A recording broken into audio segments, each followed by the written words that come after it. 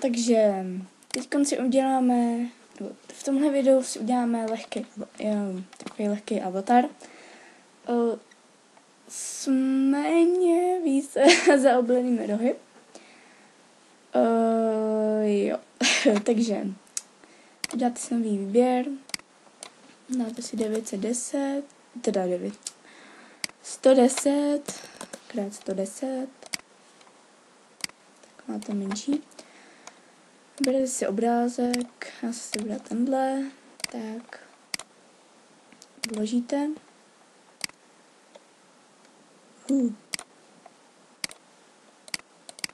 Zmenšíte. Ještě zmenšíte.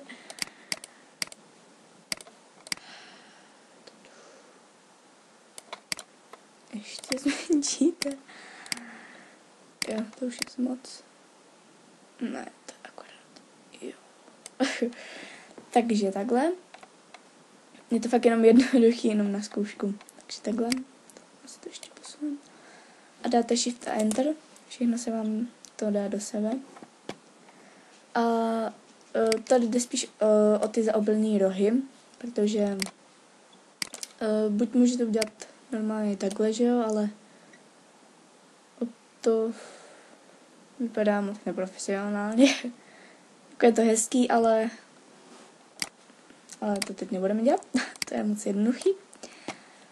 No, nebo ještě tady, že jo, si to můžete dělat kolečka, nebo si udělat normálně čtvrthraný, to vůbec nemusíte dělat. No a my si teda uděláme ty míň zaoblený rohy. Takže vytvoříte si zase nový soubor a dáte třeba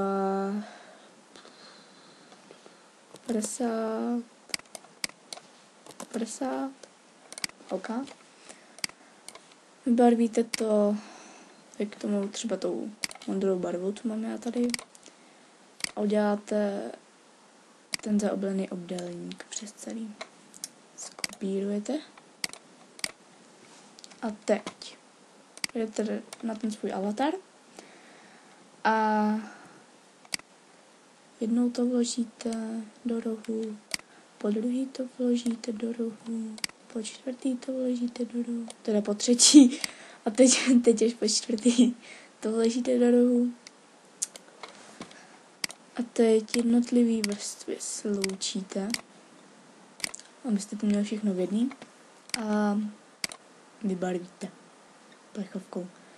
Teď tady máme teda takový neúplný, tak jenom si uděláte.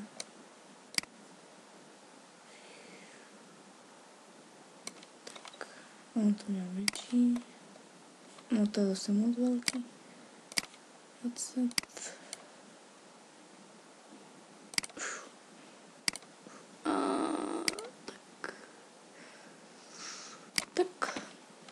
Tak, máme to. To můžete vymazat. A vezmete kouzelnou hůlku. Je to kouzelná hůlka. A tady na té vrstvě, na té modrý, kliknete. Udělá se vám vlastně takový výběr podle té modrý. Přepnete na myš, přepnete na pozadí a dáte kopírovat. A vytvoříte si znova nový soubor, tentokrát už 120 krát 120, jako je normální rozloha, nebo rozměr teda avatarů na hoverse.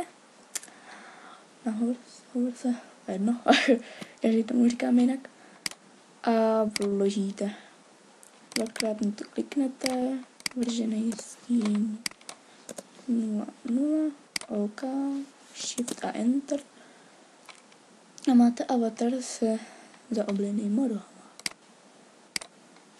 A zase si na to můžete něco napsat. Třeba, já nevím, vítejte. Nějakým písmem si to uděláte. To už je na vás. A pak to jenom uložíte, nahrajete. A máte to. Takže tak.